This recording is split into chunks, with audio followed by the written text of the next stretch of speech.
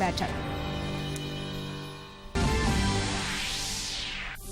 राष्ट्रव्यापी टीकाकरण अभियान के तहत अब तक 36.5 करोड़ के अधिक टीके लगाए गए। झारखंड के ग्रामीण इलाकों में टीकाकरण को लेकर अब दिख रहा है उत्साह। कोविड-19 से देश में स्वस्थ होने की दर 97.18% हुई। झारखंड में गढ़वा समेत कई जिलों में पिछले 24 घंटे में नहीं मिले एक भी कोरोना के मामले। और ग्रामीण विकास मंत्री आलमगीर आलम ने बोकारो जिले में सरकार की विकास योजनाओं की समीक्षा की। अधिकारियों को दिए कार्यों में तेजी लाने के निर्देश।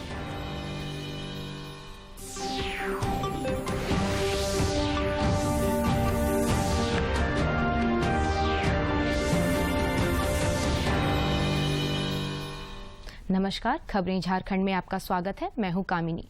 समाचारों में आगे बढ़ने से पहले ये संदेश। देश भर में 18 वर्ष से अधिक आयु के सभी लोगों के लिए सरकारी केंद्रों में निशुल्क टीकाकरण अभियान चलाया जा रहा है। दूरदर्शन आप लोगों से अपील करता है कि कोविड रोधी टीका जरूर लगवाएं। कोरोना महामारी के प्रति कोई भी लापरवाही न बरतें। जब तक आवश्यक न हो घर से बाहर न निकलें और इन आसान उपायों का पालन करें। मास्क लगाएं, 2 गज की सुरक्षित दूरी बनाए रखें, बार बार हाथ धोएं और चेहरा साफ रखें। कोविड से संबंधित जानकारी और मार्गदर्शन के लिए राष्ट्रीय हेल्पलाइन काम कर रही है। इनके नंबर हैं 011-2397-8046 और 1075। इसके अलावा राज्य हेल्पलाइन नंबर 104 डायल कर समस्या का त्वरित समाधान लिया जा सकता है। और अब समाचार विस्तार से। प्रधानमंत्री नरेंद्र मोदी ने आज केंद्र की फंडिंग से चलने वाले तमाम तकनीकी संस्थानों के प्रमुखों से वर्चुअल माध्यम से संवाद किया।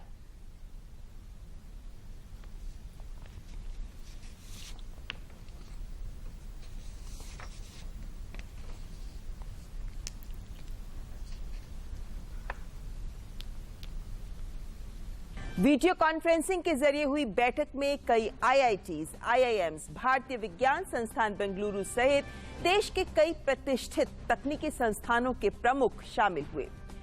कोरोना महामारी से प्रभावी मुकाबले में तकनीकी संस्थानों की अहम भूमिका है और इसी के मद्देनजर इस बैठक में हुए इस संवाद को बेहद महत्वपूर्ण माना जा रहा है।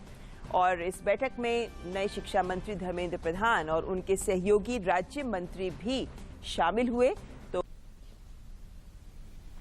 केंद्रीय मंत्रिपरिषद में कल हुए विस्तार के बाद नवनियुक्त कई मंत्रियों ने आज अपने मंत्रालय का पदभार संभाल लिया है। राष्ट्रपति रामनाथ कोविंद ने कल एक समारोह में कैबिनेट स्तर के 15 और 28 राज्य मंत्रियों को पद और गोपनीयता की शपथ दिलाई थी। अनुराग ठाकुर ने आज सूचना और प्रसारण मंत्री का कार्यभार संभाल लिया है। इस अवसर पर श्री ठाकुर ने कहा कि प्रधानमंत्री नरेंद्र मोदी ने पिछले 7 वर्षों में महत्वपूर्ण काम किए हैं। श्री ठाकुर ने कहा कि सूचना और प्रसारण मंत्री के रूप में अपनी जिम्मेदारियों को बेहतर ढंग से निभाने के साथ ही वे देशवासियों की अपेक्षाओं पर खरा उतरेंगे। लोकतंत्र में जहां मोदी जी ने देश को आगे ले जाने का बहुत शानदार काम किया है पिछले 7 वर्षों में,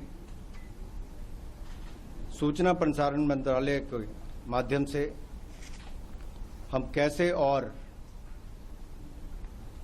जन जन तक पहुंच पाएं और क्या क्या काम जो पीछे मुझसे पूर्व बहुत बड़े लोगों ने यहां पर किए हैं उनको मैं भी आगे बढ़ा पाऊं।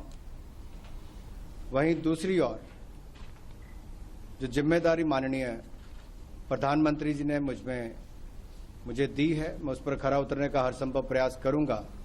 जो विश्वास व्यक्त किया है उस पर खरा उतरने का प्रयास करूंगा और आशा करता हूं कि आप सबके सहयोग से इस जिम्मेदारी का निर्वहन ठीक।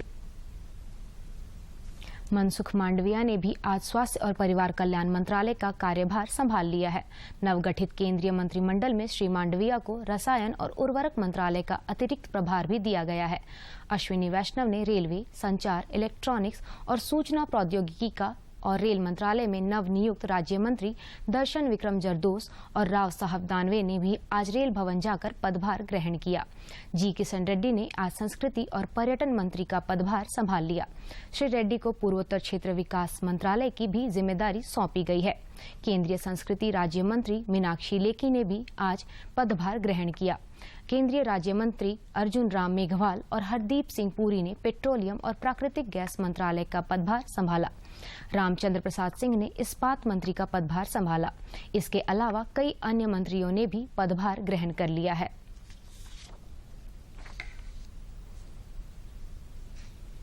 केंद्रीय मंत्रिमंडल में विस्तार के एक दिन बाद आज नई दिल्ली में प्रधानमंत्री नरेंद्र मोदी की अध्यक्षता में मंत्रिमंडल की बैठक हुई।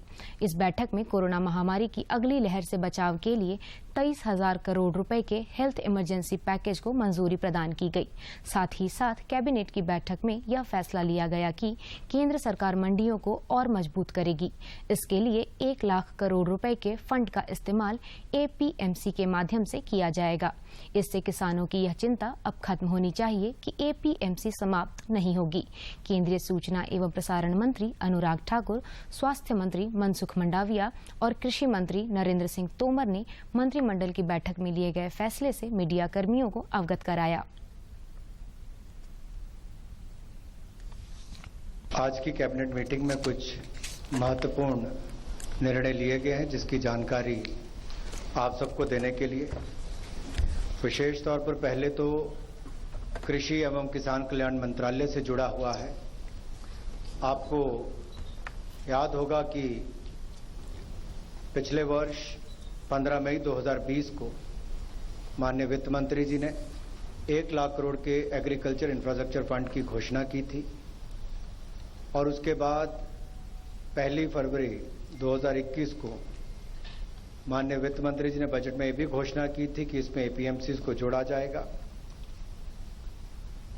और बड़ी बात यह है कि एपीएमसीज का और सशक्तिकरण हो, उनके माध्यम से और किसानों को लाभ मिल सके, उस दृष्टि से बड़ा निर्णय किया गया कि ये जो 1 लाख करोड़ रुपया है, इसको एपीएमसीज के माध्यम से अलग अलग आधारभूत ढांचा बनाने के कैसे अवसर दिए जा सके, जिसकी विस्तृत जानकारी माननीय कृषि मंत्री जी आपको देंगे। इसके अलावा जो हमारा कोकोनट डेवलपमेंट बोर्ड है, उसको ही कोकोनट डेवलपमेंट बोर्ड एक्ट 1979 में कुछ अमेंडमेंट्स की गई हैं कि जिसमें चेयरमैन की पोस्ट को लेकर उसकी बजाय उसमें और प्रोफेशनलिज्म आए, नॉन एग्जीक्यूटिव चेयरमैन और सीईओ को बनाने का निर्णय किया गया है। इसमें भी कोकोनट के उत्पादकों को, उससे जुड़ी हुई इंडस्ट्री को बल मिलेगा। पहले निर्णय में जहां एपीएमसी के माध्यम से देश भर के किसानों को और लाभ देने का काम किया है, जैसा पहले ई-नैम्स के माध्यम से भी मंडियों को और मजबूत करने का काम किया, एक के बाद दूसरा निर्णय मोदी सरकार में माननीय कृषि मंत्री जी ने जो लिए हैं, वो एपीएमसीज को मजबूत करने के लिए उस पर विस्तृत जानकारी माननीय मंत्री जी देंगे। तो दूसरा विषय हेल्थ से रिलेटेड है, क्योंकि पिछले वर्ष के बाद ही लगातार कोरोना से लड़ने के लिए बहुत सारे कदम केंद्र सरकार ने भी उठाए, राज्य की सरकारों की मदद करने का काम भी किया। आपको याद होगा emergency response and health fund जो हमने किया था पिछली बार, वो 15,000 करोड़ रुपया सबसे पहली मदद के रूप में केंद्र सरकार ने राज्यों को अपनी टेस्टिंग फैसिलिटीज, लैब्स और बाकी आधारभूत ढांचा हेल्थ से रिलेटेड सुधारने के लिए दिया था। उसके बाद ये भी निर्णय किए कि एसडीआरएफ का पैसा भी कोविड की लड़ाई में इस्तेमाल किया जा सकता है। ये निर्णय भी उस समय हुआ था कि नेशनल हेल्थ मिशन के पैसे को भी उसमें उपयोग किया जा सके, क्योंकि कोविड से जंग जीतेंगे हम। इसमें लगातार केंद्र ने राज्यों की मदद करके एक टीम के रूप में काम किया और आज एक बड़ा निर्णय फिर emergency response and health systems preparedness package 2, जिसको 23,123 करोड़ रुपए का आज उस पर निर्णय लिया है। इसमें भी राज्यों को अगर भविष्य में कोई ऐसी स्थिति आती है कि कोविड से लड़ना पड़े, तो जैसा हमने पहले भी कहा था कि बाल चिकित्सा के लिए पेडियाट्रिक्स और बाकी सब सुविधाएं और बाकी भी सब, उस पर माननीय हमारे स्वास्थ्य मंत्री मनसुख भाई वो भी आपको। केंद्रीय मंत्रिमंडल विस्तार में झारखंड के कोडरमा से सांसद अन्नपूर्णा देवी शिक्षा मंत्रालय में राज्य मंत्री बनाई गई हैं। उन्होंने कहा कि केंद्र की योजनाओं को आम लोगों तक पहुंचाना ही उनका मुख्य दायित्व होगा। और पार्टी के आदरणीय राष्ट्रीय अध्यक्ष जी को, प्रधानमंत्री जी के प्रति भी आभार व्यक्त करते हैं कि उन्होंने नई जिम्मेवारी दी है और जो विश्वास जताया है, ये हमारा पूरा प्रयास होगा कि ईमानदारी के साथ उस विश्वास पर खरा उतरने का। महिलाओं का सर्वांगीण विकास हो और जमीनी स्तर पर जो कार्य योजनाएं हो, इम्प्लीमेंट हो, इसको लेकर आपके जहन में किस तरह की योजना रहेगी? जी बिल्कुल, आपने देखा होगा कि इस कैबिनेट में भी महिलाओं को प्राथमिकता मिली है और पार्टी का एक जो मूल मंत्र है, सबका साथ, सबका विकास, सबका विश्वास, तो उस चीज़ को बिल्कुल वो दिख रहा है और ये हम सबका सामूहिक ये प्रयास होगा कि आदरणीय प्रधानमंत्री जी के नेतृत्व में जो उनकी सोच है, उनकी सोच को धरातल पर जमीन पे उतारना। सबका साथ और सबका विकास का एजेंडा प्रधानमंत्री के जहन में हमेशा रहता है। जमीनी स्तर पर आम आदमी को केंद्र प्रेरित योजनाओं का पूरा फायदा मिले, इसको लेकर किस तरह की योजनाएं आपके जहन में भविष्य में रहेगी? प्रधानमंत्री जी के द्वारा जो भी आज भारत सरकार के द्वारा योजनाएं चलाई जा रही है, ये हम सबका दायित्व है कि उस योजना का लाभ आम जन तक मिले, उसके लिए काम करना और ये पूरा प्रयास करेंगे। आपके अनुभव का फायदा देश के आम नागरिकों को मिले, इसके लिए हम किस तरह का भविष्य का नया भारत देखें? आदरणीय प्रधानमंत्री जी के दिशा निर्देशन में जो उनका दिशा निर्देशन होगा, उस दिशा से आगे हम लोग काम करेंगे। अन्नपूर्णा देवी को केंद्रीय कैबिनेट में शामिल किए जाने और शिक्षा राज्य मंत्री बनाए जाने का झारखंड की पूर्व शिक्षा मंत्री और कोडरमा विधायक डॉक्टर नीरा यादव ने स्वागत किया है। नीरा यादव ने सांसद अन्नपूर्णा देवी को बधाई और शुभकामनाएं देते हुए भाजपा के केंद्रीय नेतृत्व के प्रति आभार प्रकट किया है और कहा कि रघुवर सरकार में शिक्षा मंत्री रहते हुए 5 सालों में शिक्षा के क्षेत्र में जो कार्य अधूरे रह गए हैं, उन्हें अब सांसद अन्नपूर्णा देवी के जरिए पूरा किया जाएगा और झारखंड को शिक्षा हब बनाया जाएगा। देश में अब तक 36 करोड़ 13 लाख से अधिक कोविड रोधी टीके लगाए जा चुके हैं। केंद्र सरकार ने राज्यों और केंद्र शासित प्रदेशों को अब तक 37 करोड़ 47 लाख से अधिक कोविड टीके उपलब्ध कराए हैं। सरकार ने आने वाले दिनों में 48 लाख 35 हजार से अधिक और टीके देने का आश्वासन दिया है। स्वास्थ्य मंत्रालय ने कहा है कि राज्य और केंद्र शासित राज्यों के पास 1 करोड़ 67 लाख टीके उपलब्ध हैं। सरकार राष्ट्रव्यापी टीकाकरण के तहत राज्यों और केंद्र शासित प्रदेशों को निःशुल्क टीके उपलब्ध करा रही है। इधर झारखंड को 75,54,340 कोरोना की वैक्सीन मिल चुकी है। कोरोना टीकाकरण अभियान के तहत राज्य में 72,88,200 लोगों को कोरोना की वैक्सीन दी जा चुकी है। पिछले 24 घंटों में 78,397 लोगों को कोरोना की वैक्सीन दी जा चुकी है। Drugs controller general of India ने पेनेसिया बायोटेक को भारत में रूस की कोरोना वैक्सीन स्पुतनिक वी को तैयार करने की मंजूरी दे दी है।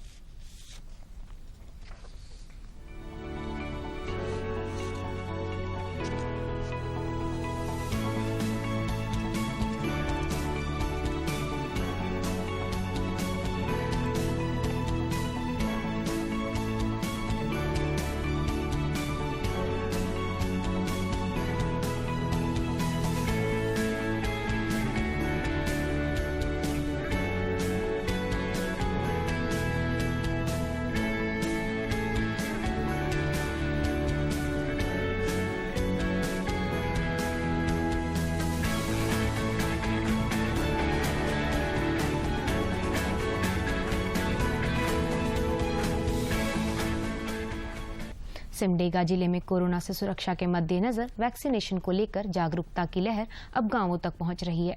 वैक्सीनेशन को लेकर फैली अफवाहें अब सब बेअसर साबित हो रही हैं। बारिश के मौसम में खेती बाड़ी के काम में व्यस्त होने के बावजूद किसान टीकाकरण को प्राथमिकता दे रहे हैं। सिमडेगा जिले में अब टीकाकरण को लेकर उत्साह साफ तौर पर दिख रहा है। कड़ी मेहनत पर जीविकोपार्जन करने वाले मजदूर भी टीकाकरण को लेकर जागरूक हुए हैं और वे टीकाकरण केंद्रों पर पहुंच रहे हैं। केरसई प्रखंड के कोनो सकेली गांव निवासी मजदूर डेविड तिर्की ने कहा कि खेती बाड़ी के साथ साथ वैक्सीनेशन भी बहुत जरूरी है। और गांव वाला उनके समझा तो कि कोरोना सुई ले है, ये जरूरी है, बहुत सख्त जरूरी है। मैं पहले परसों ले हूँ, है नहीं, तो ये ले जरूरी है। वहीं मेरोमडेगा गांव निवासी मजदूर राजेंद्र मांझी ने कहा कि जान बचाने के लिए वैक्सीन लेना बहुत जरूरी है और अपन जान बचाए जरूरी है, वैक्सीन भी ले चाहिए। फिलहाल खेती के काम में व्यस्त किसान जॉन डांग ने कहा कि कोरोना वैक्सीन हमारे शरीर के लिए गार्ड का काम करता है।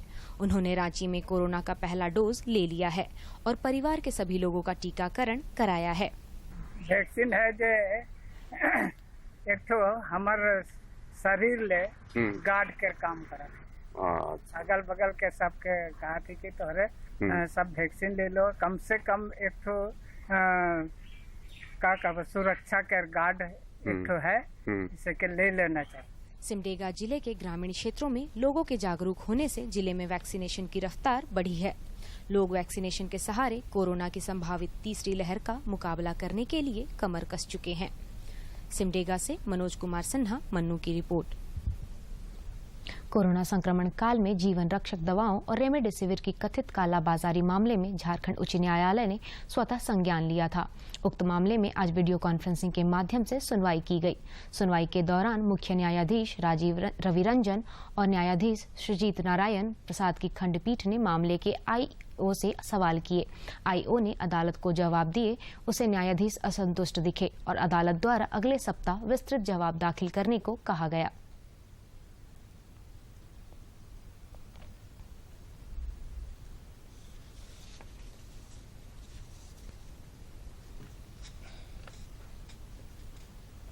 कोरोना काल में जिस प्रकार से लाइफ मेडिसिन सहित रेमडेसिविर की कालाबाजारी हो रही थी, उस पर स्वतः संज्ञान माननीय झारखंड उच्च न्यायालय के द्वारा लिया गया था। उसी मामले पर आज सुनवाई करते हुए माननीय मुख्य न्यायमूर्ति डॉक्टर रवि रंजन एवं न्यायमूर्ति सुजीत नारायण प्रसाद की खंडपीठ ने केस के आईओ से यह जानना चाहा कि जांच की दिशा जिस तरफ जा रही है, उन तथ्यों से ऐसा प्रतीत होता है कि इसमें किसी को बचाया जा रहा है। ऐसी मौखिक टिप्पणी करते हुए केस के आईओ से कई प्रश्न पूछे गए खंडपीठ के द्वारा।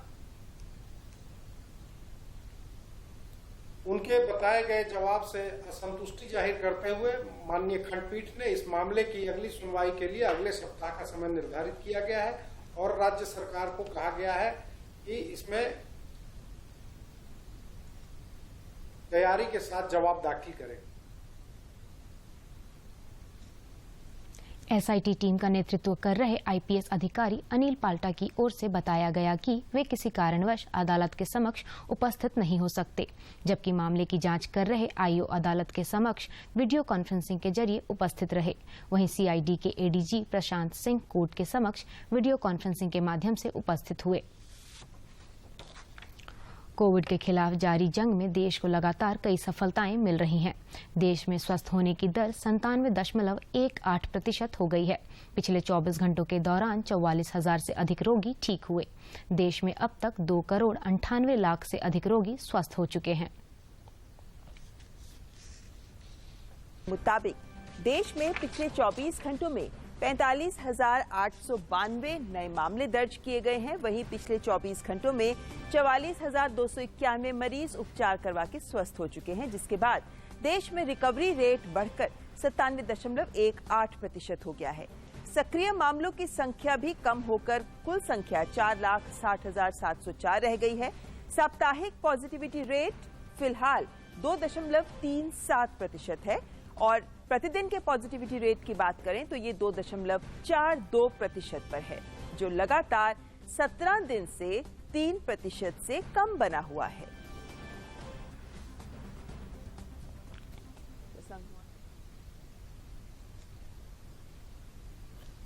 झारखंड में पिछले 24 घंटे में 75 नए कोरोना पॉजिटिव मरीजों की पहचान की गई है और इस दौरान 98 लोग ठीक भी हुए हैं। अच्छी बात यह रही कि इस दौरान किसी भी कोरोना संक्रमित मरीज की मौत नहीं हुई। अब राज्य में कुल 532 सक्रिय मामले शेष रह गए हैं। पिछले 24 घंटे में बोकारो में 7, देवघर में 3, धनबाद में 6, पूर्वी सिंहभूम में 21, गुमला में 4, हजारीबाग में 3, जामताड़ा में 3, कोडरमा में 2, लातेहार में 6, पलामू में 1, रामगढ़ में 3, रांची में 5, साहिबगंज में 4, सरायकेला में 4 और सिमडेगा में 3 मरीज मिले हैं, जबकि बाकी जिलों में एक भी मामला सामने नहीं आया है। इधर राज्य में तीसरी लहर की आशंका को देखते हुए राज्य में टेस्टिंग, ट्रेसिंग और ट्रीटमेंट पर काफी जोर दिया जा रहा है। इसी कड़ी में अगले 42 दिनों के लिए राज्य के विभिन्न जिलों में कोरोना टेस्टिंग का जिलावार लक्ष्य निर्धारित किया गया है। इसके लिए 11,64,000 टेस्टिंग किट जिलों में भेजे जा रहे हैं। सरकार की यह कोशिश है कि टेस्टिंग के जरिए जल्द से जल्द संक्रमण के चेन की पहचान कर उसके फैलाव को रोका जा सके। IIT-ISM परिसर धनबाद में अब बगैर कोविड के टीका प्रवेश नहीं मिलेगा। संस्थान के निदेशक प्रोफेसर राजीव शेखर ने इस संबंध में निर्देश जारी किए हैं। उन्होंने कहा है कि कोविड से बचाव के लिए जरूरी है कि कम से कम अगले 1 महीने के लिए संस्थान में कार्यरत प्रोफेसर और कर्मचारी विवाह जैसे सामूहिक कार्यक्रम में भाग नहीं लें। मुख्यमंत्री हेमंत सोरेन द्वारा मानव तस्करी पर सख्त रवैये का सुफल लगातार मिल रहा है।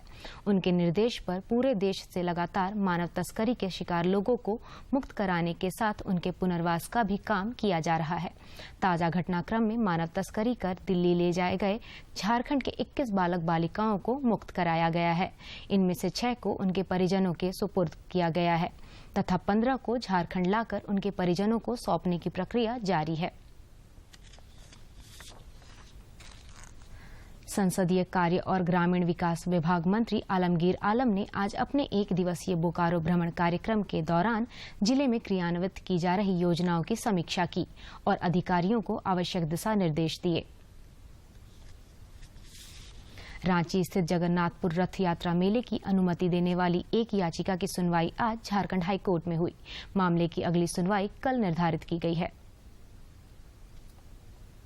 रांची स्थित जगन्नाथपुर मंदिर से 300 वर्ष पूर्व से चली आ रही रथ यात्रा की परंपरा का निर्वाह करने हेतु एक याचिका झारखंड उच्च न्यायालय के समक्ष दायर की गई थी, जिसकी सुनवाई के लिए आज माननीय मुख्य न्यायमूर्ति डॉक्टर रवि रंजन एवं न्यायमूर्ति सुजीत नारायण प्रसाद की खंडपीठ में प्रार्थी के द्वारा विनती की गई कि इस मामले पर त्वरित सुनवाई कर ली जाए ताकि रथ यात्रा की जो परंपरा है उसका निर्वाह किया जा सके, जिसमें राज्य सरकार की सहमति के उपरांत इस मामले की विस्तृत सुनवाई के लिए माननीय खंडपीठ ने कल का समय निर्धारित किया गया है। इस मामले की विस्तृत सुनवाई कल की जाएगी। लोहरदगा विधायक सह मंत्री डॉक्टर रामेश्वर उरांव ने आज लोहरदगा में जनता से मुलाकात की। उन्होंने मुख्य रूप से आउटरीच अभियान के संदर्भ में कहा कि दुनिया में पहली बार किसी राजनीतिक दल यानी कांग्रेस पार्टी द्वारा कोरोना वायरस से संक्रमित व प्रभावित लोगों की वास्तविक स्थिति का पता लगाने के लिए आउटरीच सर्वे महाअभियान की शुरुआत की गई है। उन्होंने कहा कि आउटरीच सर्वे अभियान का मुख्य मकसद है कोविड-19 से प्रभावित लोगों तक उनके परिवार के सदस्यों का डाटा एकत्र कर वास्तविक स्थिति से केंद्र सरकार को अवगत कराना है। साथ ही मंत्री डॉक्टर रामेश्वर उरांव ने बरवा टोली स्थित अपने कार्यालय में जनता दरबार लगाकर लोगों की समस्याएं सुनी और समाधान का आश्वासन दिया। राजधानी रांची में आज सुबह से हो रही बारिश से मौसम का मिजाज बदला हुआ है। मौसम विभाग के पूर्वानुमान के अनुसार झारखंड में अगले 2 दिनों तक दोपहर बाद या अहले सुबह मूसलाधार बारिश और वज्रपात की चेतावनी दी गई है। इसे लेकर मौसम विभाग ने येलो अलर्ट जारी किया है। पिछले 24 घंटों में सबसे अधिक बारिश लोहरदगा जिले में हुई, जहां 54 मिलीमीटर बारिश दर्ज की गई। राजधानी रांची समेत आसपास के इलाकों में भी दोपहर बाद तेज हवा के साथ कई इलाकों में भी भारी बारिश हुई। उधर कल वज्रपात से गोड्डा में 2, पाकुड़ में और देवघर में 1-1 लोगों की मौत हो गई। देवघर के उपायुक्त मंजुनाथ भजंत्री ने आज वज्रपात सुरक्षा जागरूकता रथ को हरी झंडी दिखाकर रवाना किया। इस दौरान उपायुक्त ने कहा कि मानसून के समय अक्सर देखा जाता है कि किसान और ग्रामीण क्षेत्र के लोग वज्रपात के शिकार हो जा रहे हैं। खास बात यह रहती है कि मानसून के समय अक्सर किसान खेतों में काम करते हैं, लेकिन इनकी जानकारी नहीं होती कि वज्रपात के समय कौन कौन से नियमों का ख्याल रखना चाहिए। ऐसे में किसानों और ग्रामीण क्षेत्र के लोगों को वज्रपात के प्रति जागरूकता फैलाने के उद्देश्य से वज्रपात सुरक्षा जागरूकता रथ को आज रवाना किया गया है।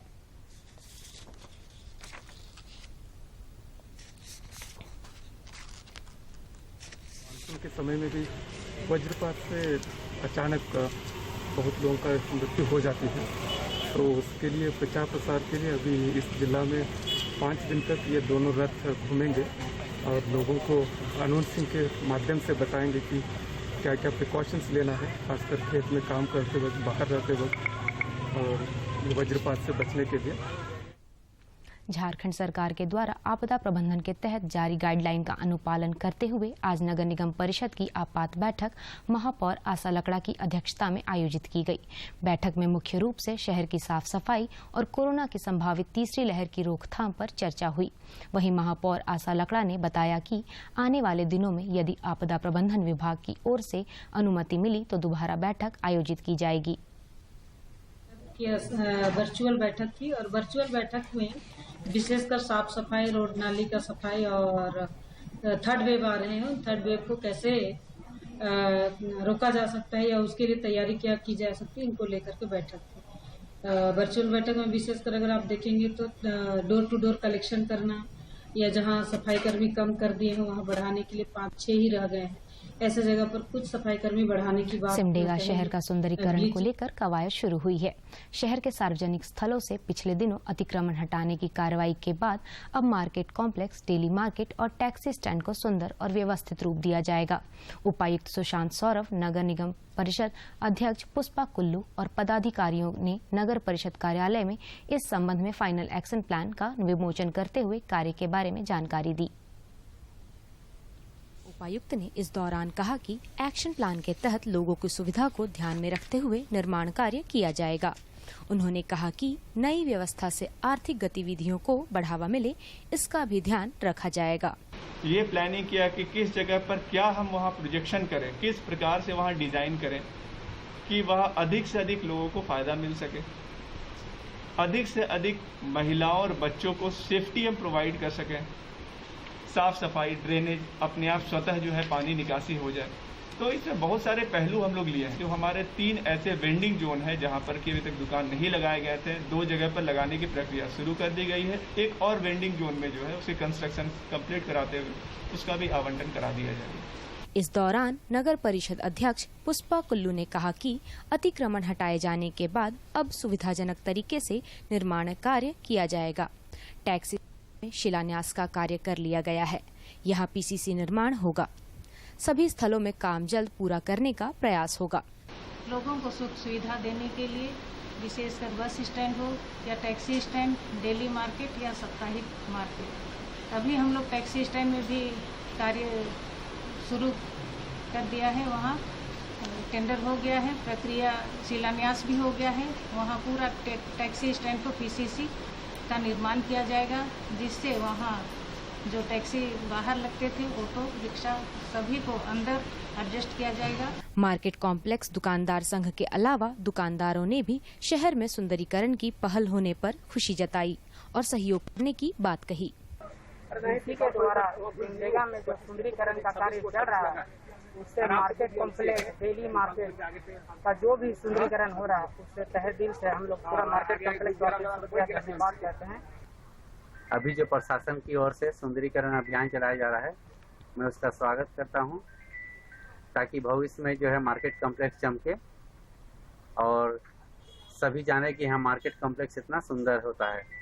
सौंदर्यीकरण के तहत मार्केट कॉम्प्लेक्स में 836 छोटे बड़े सेट का निर्माण किया जाएगा।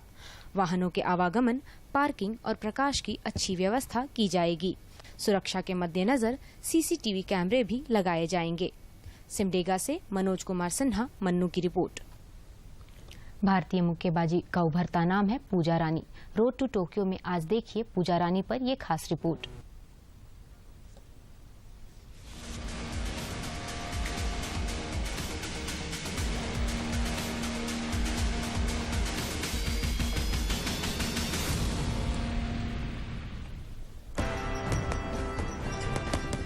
मुक्कों में जीत का दम, विरोधी को करता बेदम। हरियाणा के भिवानी से आने वाली पूजा रानी ओलंपिक में भारतीय बॉक्सिंग की नई कहानी लिखने के लिए मचल रही हैं। पूजा ने हाल ही में लगातार दूसरी बार एशियन बॉक्सिंग चैंपियनशिप में अपने मुक्के की बरसात से पीले तमगे को अपना बनाया।